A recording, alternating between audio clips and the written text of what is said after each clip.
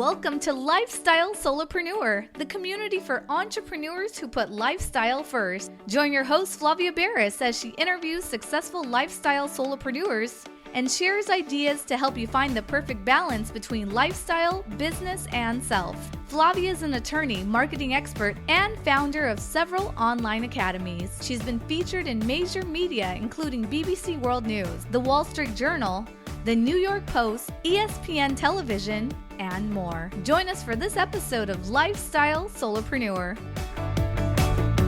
Thanks everyone for joining us today on this episode of Lifestyle Solopreneur. I'm super excited to introduce you to Mike Wolf because he is one of seriously my favorite people. Mike Wolf is a serial entrepreneur. He's most known for his real estate investing. He's been investing for 25 years now, and he's now teaching others how to create a lifestyle of freedom through passive income, both from real estate and also in their businesses. Mike is an author, he's an international speaker, and he's been featured on NBC, ABC, CBS, Fox, and Yahoo Finance, just to name a few. He spends most of his time now traveling, he's giving back, he's volunteering, and he loves spending time with his daughter and his new grandson. I'll let him tell you about that. He's put his business on autopilot at this point, and he makes money while he sleeps so that he can teach you how to do that too. So Mike, welcome to the show. Thanks for having me. Great to be here. It really is. And when I say that you're one of my favorite people, I mean that, and I'll tell you a little bit about why. So I've known you for a few years now. We've met at some different events. I know that you have your Making a Difference meetup in Los Angeles in the Beverly Hills area. I've attended that a few times, and I just love the community that you've put together of entrepreneurs that meet monthly just to network and talk and share ideas. So I know you through that. I've also met you just at different events. We've had lunch a few times. And here's what I love about you. You are a genuinely happy person, and it shows. Like, it shows. When you walk into a room, you're not one of those people that's like, look at me, or, talking, sales, trying to make things happen with people. You kind of float in, and you're just content, you're happy, you're secure in just your own self. And I think that attracts people to you. And I think it's really an inspiration and an example. And that's why I just love hanging out with you. You've always got great things to share, and your energy is just amazing. Well, first of all, thank you. You're very sweet. And I think the same of you. You're always smiling, and you're just an amazing person. And you light up the room as soon as you walk in. But we could spend the whole hour just complimenting each other. So, really at the end of the day, being happy is a choice, and everybody can make that choice. And you can choose to, believe all the stuff you see in the media and all the negativity. You can choose to believe that, or you can create your own reality. And I believe the planet is an amazing place filled with beautiful, amazing people, and I love to hang out with them. So how could I not be happy? Well, being happy is part of life, but, on the other hand, we all need to earn some sort of a living so that we can pay for food and shelter and sending our kids to college and all that stuff. So what have you done to set yourself up so that you earn an income in a way that still supports that happiness and that peacefulness in life? Well, there's a number of things. First of all, we live in the best times ever to be a human being by far, because we have the technology we have today allows us to do things that, a few years ago, this was science fiction. I mean, here I am right now. I'm in Canada. I'm here visiting my daughter, my grandson, and you're, I'm guessing, in San Diego right now. Yep. And here we are communicating and recording this podcast that can go out literally all over the world. And, this is science fiction just a few years ago.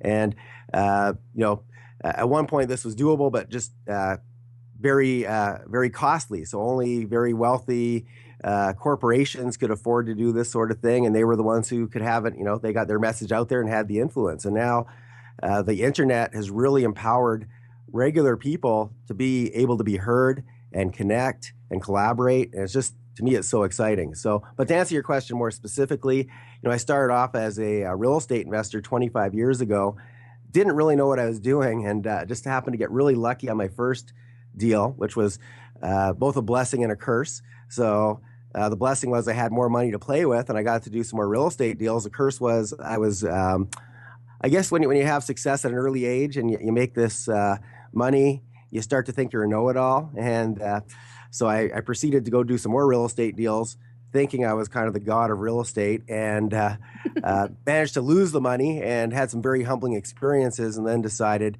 instead of being a know-it-all, I'm going to be a learn-it-all. And so that's why quite often you will see me at events. That's why we keep running into each other, because I'm always learning and mastering and trying to add more skill sets.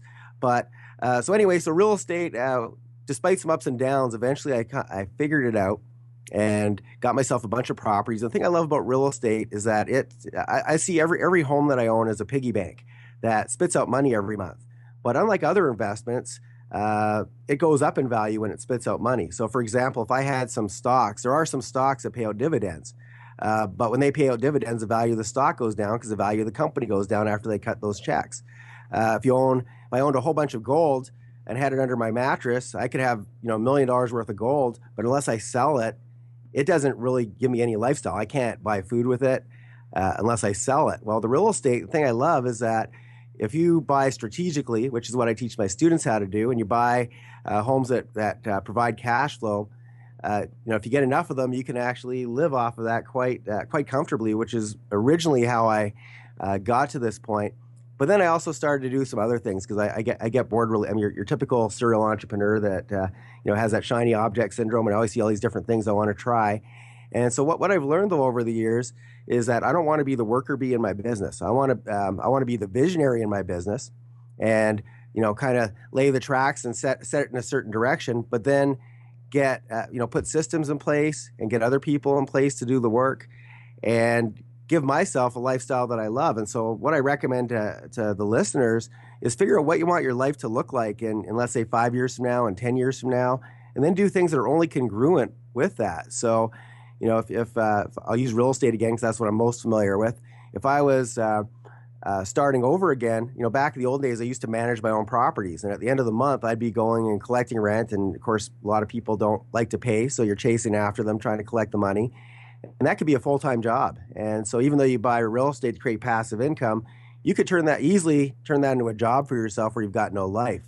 And so what I recommend to people is put the right systems, find the right people, put them in place in your business, and do everything, only things that are congruent with where you want to get to, and don't put those hurdles in your way, because later on when you scale your business, if you think having 5 properties is a lot of work, wait till you get to like 100 properties. It's a nightmare. So you need to start thinking about what you can put in place in whatever your business is, and take advantage of technology, take advantage of the fact that there's people overseas that will work for them, a US dollar is worth a lot more than it is to an American. So a lot of this stuff, we live in really great times for, getting, empowering other people to help us and take ourselves out of the equation. Yeah, no, for sure. So when you speak about real estate investing, I'm assuming you're talking about rentals. Is it apartment buildings, or is it single family residences, like individual homes or individual condominiums that you specialize in? Well, what I specialize in, I love single family homes. It's the easiest to scale. It's the easiest to build teams around. And most people I know that own apartment buildings, and I have owned some in the past, most people who I know that own apartment buildings, it turns into a job. There's usually some stress involved. When something goes wrong, things are expensive. When you have a bunch of single-family homes, it's really easy to wrap your head around. It's really easy to build, get a property management team to look after it. And to me, the other big advantage is when you do decide to go sell it eventually, where I've made the most money over the years is buying on business sense, buying on fundamentals and looking at the numbers, and then selling to people who are buying on emotion because they're willing to pay a premium. So if I take these homes and rent them out for 10 years and then the market gets really hot, well, I can put in the nice countertops and the nice appliances and the beautiful flooring, and somebody else will pay a premium for that because they are buying on an emotional attachment basis. So it's much different than buying something and then selling to another investor, because the investors are always looking for they're looking to steal a home. And so that's how I found it. So you're almost like a long-term flipper, right? You hold for 10 maybe, or 8 years, 5 years, and then spruce it up and flip it at the end after you've made your cash flow, for years and years as a rental. Is that part of your strategy? Yeah, well, what I do is, I invest in a bunch of different cities. I don't just invest. One of the biggest mistake I see people making is they invest close to home because they think it's going to be easier. And the problem with that is quite often there's much better deals in other places than where you live. And that really brings into, into light why we need teams. Because even if I was to invest, if I was to buy the home next door to me as a rental property, I'm still going to get somebody else to look after it. Because the fact of the matter is my passion is travel and volunteering and giving back. And even if the house was next door, I'm not going to collect my own rent anyway. So if I'm not going to collect my own rent, I'd rather and if I got to build a team anyway, I might as well build it where I'm going to get the biggest return on my investment, make the most money. But markets go up and down at different times. And so what my strategy is I buy in markets that are undervalued and, markets that cash flow, get a good team to get good tenants in place. The money just shows up in my bank account at the end of every month without me having to do anything. And then when the market gets hot and people start fighting over homes, I'll sell the properties in that market and I'll go pick another market that's undervalued. And now, maybe I'm selling one home in the market that I was in and I'm buying two in the next market. And that's how you really can build your portfolio without having to, you don't have to keep saving more money or going to a job to save money. What you want to do is have the homes that you buy now support the purchase of homes that you buy later. And that's really the key. And with you being in the U.S., most of my properties are in the U.S., even though I'm Canadian. You guys have some really good tax laws, such as the 1031 exchange, where you can sell a property, buy more properties, and not pay capital gains tax. It gets deferred. And most other countries in the world, we don't have that. So you live in a very good place to build a portfolio relatively quickly. Real estate's not get rich quick, by the way, but with the right fundamentals and the right strategies, you can build a portfolio relatively quickly, and eventually, take yourself more and more out of your job or away from your business as this passive income starts to build up. And so, but to me, there's markets that are always going to be undervalued, and that's where you want to go, and you want to ride them up. And then when people start to compete to buy properties, then you get out and you move your money to the next place and just keep doing that over and over and over again. And it's very after a while it becomes very easy. I know it might sound complicated to some of your listeners, but it's actually not that difficult once you've been doing this for a while. So right. And so now that you've sort of obtained time freedom and income that is not dependent on your trading every minute for, a certain revenue, what are you doing with your free time? What do you like to do? Yeah, well, I absolutely love to travel. That's my biggest thing. I love to volunteer. I love to give back. I love to spend time with my daughter and my grandson. And it's kind of funny because at one point I would have given you a much different answer. If we had this conversation, 15 years ago, I would have said, no, I want to go lie. My plan originally when I was younger was I said to myself, I want to get to 25 properties. And when I do that, I'm going to go lie on the beach and be a beach bum and learn how to surf. And that's going to be my life. And the classic, the hammock in the palm trees. Yeah. Well, you know what? That sounds really good in theory, but I can tell you from experience that, if you're used to using your brain and especially if you're an entrepreneur, we're very creative people. And as soon as you turn that off and you try to just go lie around and do nothing, you start to get, I would say I was actually starting to feel depressed, unfulfilled. And I didn't know why. I mean, I had everything I could possibly want. I had all the toys. I could do whatever I wanted. At the time I was married, I had a beautiful wife, an amazing daughter. And yet I woke up feeling sad. And I realized, there's a lot more to life than just the money. And the money is a tool and it can get you freedom. But what you do with that freedom is going to really determine your happiness. And so, these days, I think when you get to a certain point, the good thing is you don't have to measure things in terms of money. How much am I going to make? You can measure it more in terms of, how much value can I add? How much can I help other people? Because that's what really feels good. And also, you can measure things in terms of happiness and joy. And that's why you always see me smiling, because I only do things that make me happy. So now I know from experience, I'm going to work till the day I die. However, work to me is doing things that I love. So it's a very thin line between work and play. It's all interconnected. And, for example, a month and a half ago, I spoke in Sydney, Australia. So I decided, I'll turn that into a vacation. So I spent a week in Sydney. And before that, I spent a week in Bali on my way to Australia. And so I mixed pleasure and business and have had a lot of fun. And I try to do that in everything that I do. I like to do things that are joyful, and anything that I don't like, I'll never collect another rent check again. I don't really know how to work a hammer or a screwdriver, so I can't fix my homes, which is good that I can't. And right. but really, I think for entrepreneurs, we're visionary, and I think we need to be the visionaries in our business, but not the workers in our business. And so a lot of us get overwhelmed because we do have that shiny object syndrome, and we see an opportunity and we get started, and then we get frustrated because we hit a hurdle. And then something else pops up to say, you know what, I'm going to abandon plan A because that's getting too difficult. So now I'll start plan B. Well, then they start plan B and the same thing happens and they go to plan C. So one of the keys that I always teach my students is, build a team around what you start, because entrepreneurs are really bad at finishing things, but there's other people out there. Mm-hmm. And delegating, right? Yeah, there's people out there that are they're wired very differently. They don't get these downloads. I call them downloads from the universe, where all of a sudden you got this great idea, just pops into your head, and it seems like the $1 million idea, and then you end up abandoning it. Well, there's people that don't get those ideas. They're not inventors, they're not creators, but they are really, really good at, they can take a to-do list. You can give them 5 things, and they'll come back to you half an hour later saying, hey, what else do you have for me to do? I'm done. And they check it all off. They get it done just like that. So it's really good to have those people on your team, and I have quite a few of them, and they make me look really good because they do the majority of the stuff that I need to get done. And it gives me my freedom, and it also gives me the satisfaction of finishing things, because I'm just like every other entrepreneur, where I used to start a lot of stuff and it would never, ever see the light of day. It would never monetize because it would never get finished. And I actually shot a video when I was in Sydney in front of the Sydney Harbor Bridge.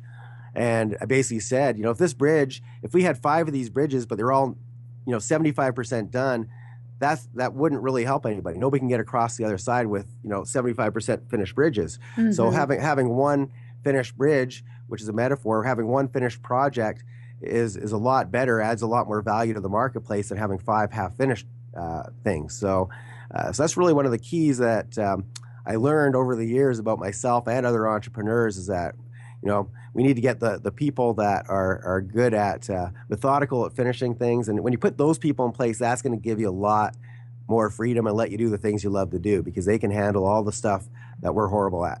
Right. So do you think that's, if you were to give a tip for time saving and productivity and efficiency, would it be to outsource and delegate and to put systems in place with other people so that they can help you move your projects forward? Or do you have any other tips as well? Well, that's obviously a big one, because that helps you get the work done. But, to give you an example, right now where we're speaking, I've got people, on the ground, for instance, in Atlanta, and they're finding, real estate deals for me. I'm not out there finding the deals myself. And I've got one person on my team. His only job is to go schmooze the bankers, and because that's where we buy properties in bulk. And then, so he'll buy the properties. Once he gets them, and I'm not involved in this process at all. Once he gets them, then our inspectors go in and figure out what needs to be done in all the properties. They hand off their reports to our contractors who go and fix everything that comes up on there. Then our property manager finds a tenant for it. And then I've got affiliates that are selling, we sell turnkey properties to investors all around the world, where everything's done for them. They don't have to do any work. And this stuff all happens seamlessly while I'm vacationing, while I'm volunteering. Chatting with me, hanging out with your daughter and grandson. Exactly. This all happens on autopilot. So that would not happen if I didn't have the systems and the teams in place. But then I take it another level, where I've got other people actually selling the properties for me, so I don't have to go find buyers. Sometimes I do, but I don't really go looking for it. And but more importantly, I've got other people that manage those people, so that I have very few people that actually report to me, because I'll tell you the biggest problem for entrepreneurs is, one, we're all control freaks, including myself. And so we think nobody can do what we do as well as we can. And so eventually we get to the point where we want to scale our business. We can no longer do it all by ourselves. So we reluctantly bring in other people to do the work. And then because we're control freaks, we micromanage them. And I remember when I first started getting property managers, I'd have them call me, if anything goes wrong in any of my properties, I need to know every little thing. And so I'd be getting calls from my property manager saying, hey, 123 Main Street needs a new fridge. What should I do? And I realized I'm spending a lot of time on the phone dealing with things that I've got no control over. I'm never going to say the tenant doesn't need a fridge. Mm-hmm. Every single time I'm going to say, well, see what it costs to fix it. And if it's too much, let's just replace it. Mm-hmm. So it's much better just to empower. If you have the right people on your team, they know how to make these decisions anyway. They've dealt with problematic fridges before. So eventually you get to the point, hopefully, or I did finally, where I had trust. I had faith in my teams. I put faith in the people that worked for me, and they were happier, and they started to do a better job. And I take really good care of them, make sure they're compensated very, very well. And, they're very happy. I'm way happier because I'm not micromanaging. I'm not on the phone babysitting. And so put the systems in place, but then put other people in place and put different, put managers that manage the other people so that you only have maybe one or two people reporting to you. Because if you have 100 different people complaining and saying, oh, well, this person did this, if you become the babysitter, your business is going to be horrible. So, right. So that's one of the keys. Trying to think of some other really good ones. I'd say, the people listening, only do stuff you're passionate about. A lot of us, I think a really big, thing that, one of the things that we do to our kids that I really don't like is we tell them, you can do anything you want to do. You can be anything you want to be. And, I think all of us have gifts. And if you focus on that gift and you become the best in the world at the gift that you've got, that to me is much better than being mediocre at 20 different things. And I would much rather be really good at what I do and then have a bunch of other people that are really good at what they do, backing me up, doing the stuff that they're passionate about and good at, and that's their gifts. And when you collaborate with that kind of, those kind of people, you can create something amazing. Where if you try to do everything yourself, you're really costing yourself money, you're costing yourself time, you're costing yourself stress. So that's another pointer. And I think the other thing is make sure you have balance in your life. So many of us, we focus on the money. We become workaholics. We say, well, once I've got the money, then I'm going to change how I do things. And, a lot of people, they end up getting something happens to their health because they've neglected it, or their relationships. Don't focus 100% on your business, despite how, we're taught to work hard. I say work smart, don't work hard. And keep all those other things that are important to you in check. Make sure that you're spending time with your kids, that you're taking time to look after yourself. I think you know this. I was actually in a wheelchair 3 years ago. I used to get gout all the time, and I ended up in a wheelchair. And I used to just push myself. It hurt, it always hurt. My feet were always hurting, but I always just keep pushing myself. And then the wheelchair was the final straw, where it's like, okay, that's a wake up call, saying if you don't start looking after yourself, it doesn't matter how much money you have, you can't buy back your health. And so fortunately, I was able to reverse it by changing my diet. But don't wait till you have an emergency to start looking after your health and your family and all those other things. Keep a balance in your life, because that's really the key to happiness as well. Definitely. And I've met your daughter a few times. She is a beautiful person inside and out, and you must be very proud. Now she's a mom, and that's fantastic. What do you teach her, and is she looking to follow in your footsteps in real estate, or is her passion somewhere else? Yeah, her passion is definitely somewhere else, although she will see, for me, there's different types of investors. And for me, I'm a very hands-on investor, meaning I wanted to do that for a living. I wanted to get out of my cubicle and be a full-time real estate investor. For her, she doesn't want to be a full-time real estate investor, but she does want to put her money to work for her. So once she starts to make money, we're going to be invested in real estate, but she's not going to deal with the day-to-day of finding deals. I'm going to put her real estate on autopilot for her. But her real passion is holistic health and nutrition. And so I'm actually helping her build a business around that and showing her how to put it online so that it sells when she sleeps, which is a good tip for all your listeners. Once again, we have this technology where you can create content, you can create things, put them online, and direct marketing, put marketing towards it so that people find it. And, you wake up and you have a paycheck in your bank for something you created once, and just sell it over and over and over again. And so for her, we're going to create some courses for people that want to learn about veganism, because that's her passion, and health and nutrition. She created a vegan cookbook already. And so I'm showing her how to put her business on autopilot so she can spend more time with Asher, my grandson, and have a much better life and enjoy the freedom much earlier than I got it. I mean, she's just about 21 now. When I was 21, I wish I knew all this stuff when I was that age. I can't even imagine what life would have looked like. But in any case, I'm grateful that I got there eventually. And but yeah, take advantage of different ways to create passive income and do something once and just leverage it and get paid for it over and over. And at the same time, of course, help other people, create stuff that helps other people that's of value to them. And that's really the key. A lot of people say, do what you're passionate about and the money will follow. Well, I can't agree with that, 100%. I think you should do what you're passionate about but also that adds value to the marketplace. That's the important distinction. Make sure it adds value to somebody else, and then the money's going to follow. So, Right. so that's what I'm teaching my daughters, how to create the stuff around her passions, but that also helps other people. And, that's stuff I so wish I knew earlier on. But in any case, better late than never. And you're helping her do it right, and especially as a new mom, it is so, and I'm a mom. It's fantastic to have set up your life so that your work is not taking you away, from your kids. For me, I set my limit at 15 to 20 hours a week of work, sort of maximum on average. And then the rest of the time I just spend with my daughter and my mom, my sister, my, significant other, my family, and my hobbies. And that to me makes me a happy person. That's what makes me whole. And I love that you're helping her set herself up so that your grandson has a mom that is there with him as much as she wants to be, and that's a blessing, and that's a real just joy. And and that's great. And I can't wait to have her on the show once she launches her project. I think that sounds fantastic. She's gonna love that. And yeah, but I think I remember back to when she was born, and I didn't have all these systems in place. I didn't have all these teams in place. And I remember how hard I was working. And, luckily I was there for a fair bit of her growing up, but not nearly as much as in retrospect, if I could go back in time, I would have loved to spend so much more time, because as you know, they grow up really fast and things change so quickly. And, you can't get that time back. And now, it's really, my grandson is, he's almost 3 months old. And it's really been kind of a time for reflection for me, because I think back to when my daughter was young, and I can compare it with where I am now. Here I am 20 years later, and how much more time I can spend with my grandson, and how much more freedom I have in 20 years. And so it's just a really good time to reflect on it.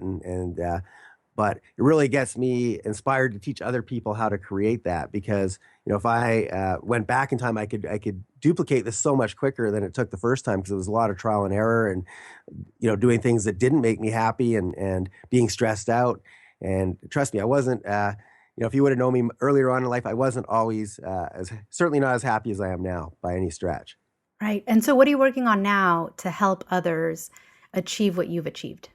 Well, I do some, mentorships, and I have a YouTube channel with a bunch of videos that teach people how to do some of this stuff. I also love to, just speak at a lot of different. I get to speak at a lot of different events. I do my mastermind in LA, as you mentioned earlier, making a difference, and I coach people for free there. Because my mission now is really to change the planet. I want to make the planet a better place. I want to teach people how to have more of a life. If everybody had their finances in order and they had this freedom, I don't think there'd be any wars. I don't think people would be fighting over things. It would be a very, very happy place. And so my mission is to really help as many people as I can. And so instead of helping, people one person at a time, if I can go empower a bunch of entrepreneurs and help them be successful in what they're creating, then they can go pay it forward, and they can help more people, and it can grow exponentially and start a movement. And that's really my mission right now, is just to, get as much of my information out there as possible. And I'm actually creating an online course that's going to be called Passive Income Academy. We're going to teach all the things that I've learned about, passive income, and how to make money while you sleep, and do things once and get paid for it over and over and over again. And I think that's so important. Well, I think you're an amazing teacher. I've heard you speak, I've heard you teach. How do people get on sort of the wait list or the notification list for that academy? Yeah, people can email me at mike@mikewolfmastery.com. So it's MIKEWOLF, just like the animal, then mastery, MASTERY.com. And I'm in the process of creating it. I anticipate having it ready. Luckily, I've got some good tech people in the background that know how to turn what I create into something consumable. So I'm hoping in the next 90 days that's going to be up and running. But if somebody sends me an email, I'm happy to help them now. If they want to have a call with me, I'm happy to find time to strategize with them. Or if they have a specific question, they can email me their questions. I'm always looking to help other people wherever I can. And to me, like I said, my work and my play are intertwined. And I only do things I love, and I love strategizing on business. Besides the real estate, I've owned pubs and a tomato sauce company and a furniture company. And the cool thing about all those businesses is that I brought in teams and partners to do all the work. I funded them, but I didn't do any of the work in them. And they were all failing businesses when I got in, and we made them successful and sold them and made some good money. But the key is it didn't take up any of my time. And so a lot of people don't see some of the blind spots, and they think, oh, well, my business has to be done by me and this has to be me. And a lot of times people have a lot of blind spots, and I'm really good at finding those and also other revenue streams. And, I really also encourage people, if once you start to make some money, once you have that money, make your money work for you. Money is the best employee ever. Never calls in sick, works Christmas Day, doesn't complain. It's there 24/7 for you. And so make your money work as hard as possible, because that's really another ticket to freedom. And real estate to me is the best way to do it. But if you have something that pays better than real estate, do it, whatever it is. But make sure you create cash flow, because cash flow creates freedom. Like I said earlier, I could have $1 million worth of gold under my mattress, and I might not know how to pay my cell phone bill at the end of the month. If you have cash flow, it's irrelevant really what your net worth is like. If you have enough money every single month to pay all your bills and for your lifestyle, then you never have to worry again. And when you never have to worry and you've got no stress, at least not in the financial realm, then you can focus on all those other things that, you got to, have that balance. And once again, I strongly recommend giving back, because I don't think anything feels better than that. So, but these are all things that I learned by doing things the wrong way and making lots of mistakes along the way. So I love to just teach people how to do it right, immediately, and not have to go through all that stress and hitting rock bottom like I did with the wheelchair before I had to make a decision to pay attention to my health. Because you are going to get some, if you don't pay attention to some of these things, you will get some clues that you need to make some changes. So better to make the changes before you get to a point where it's very painful and sometimes irreversible. Right. Mike, thank you so much. Really. I mean, you're always so generous. You're always so interesting. You're just a joy to be around. And I really appreciate you being on the podcast. And again, if anyone wants to get in touch with you, they can just email you directly at mike@mikewolfmastery.com. And wolf like the animal, right? Just like the animal. Are you a Game of Thrones fan at all? I never watch TV. Okay, if you were, you'd want the Stark family, because their symbol is the wolf. Well, I'm going to have to check that out. Last time I don't watch TV, and I have a friend of mine, he goes, "You never watch TV?" I go, "No, I literally never watch TV." And he goes, "I guess you've never heard of Breaking Bad." I go, "No, what the heck's that?" I have Netflix because I like to watch movies every now and then. And anyway, I started watching Breaking Bad. I have to watch like all 5 seasons. So I try not to get into, I try not to watch all these things I hear about, because otherwise it takes up so much of my time. But that's true. But in any case, yeah, I keep hearing about that show. So I might get curious one day. All right. Well, thanks again for being on the show. I hope you enjoy the rest of your day with your daughter, your grandson, and just let's stay in touch as always. Yeah. Well, thanks so much for having me, and I can't wait to see you again. Okay. Thanks, Mike. Take care. You too. Hey everyone, thank you so much for joining us, and I hope you enjoyed the show. Don't forget to subscribe to this podcast, and if you leave a review on iTunes, I promise I will read every single review. If you know someone who makes a full-time living from part-time work, and maybe this is you, please visit LIFESTYLESOLOPRENEUR.com to nominate a guest or to nominate yourself. Because remember this, money doesn't buy happiness, but money in the hands of a happy person, there is no greater tool. Today's episode was brought to you by the Get Shift Done program. It's a lifestyle-changing online class to help you define your business and lifestyle ambitions, and to set goals in a way you've never experienced before. This class will 10x your daily productivity with methods that will blow your mind. And if you use a coupon code podcast, the class tuition is 99% off. Visit GetShiftDone.com to enroll today.